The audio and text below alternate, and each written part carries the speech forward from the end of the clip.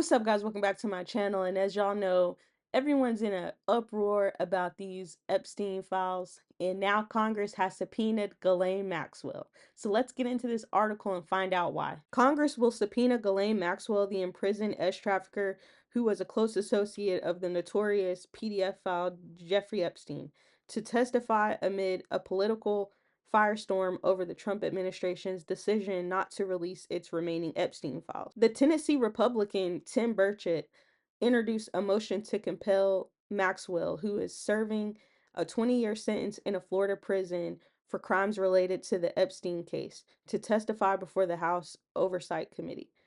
The move appears to skirt an announcement early on Tuesday that officials from the Department of Justice are also planning to meet with Maxwell. We got to send a message to these dirtbags. Sorry. Y'all, that caught me off guard.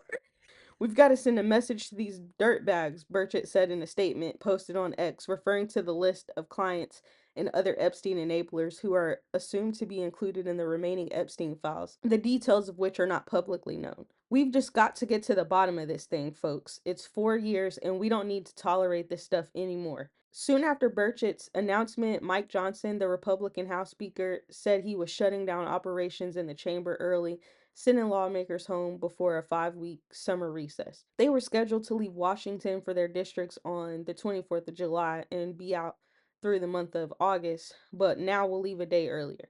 The decision comes as Democrats and a handful of Republicans continue to press for files related to Epstein, sending regular legislative schedules into chaos. We're not going to play these political games with this, Johnson said at a news conference. Separately, a New York judge has ordered that the Trump administration must send more documents to support its call to release secret grand jury testimony from the 2021 Maxwell prosecution.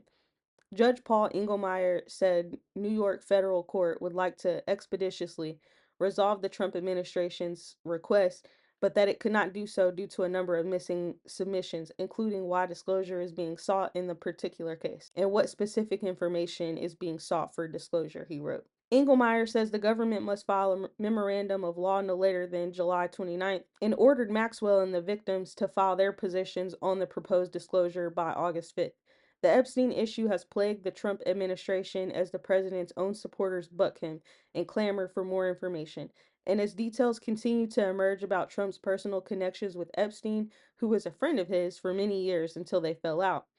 Last week, the Wall Street Journal reported that Trump had sent Epstein a lewd drawing along with a suggestive dialogue between the two men.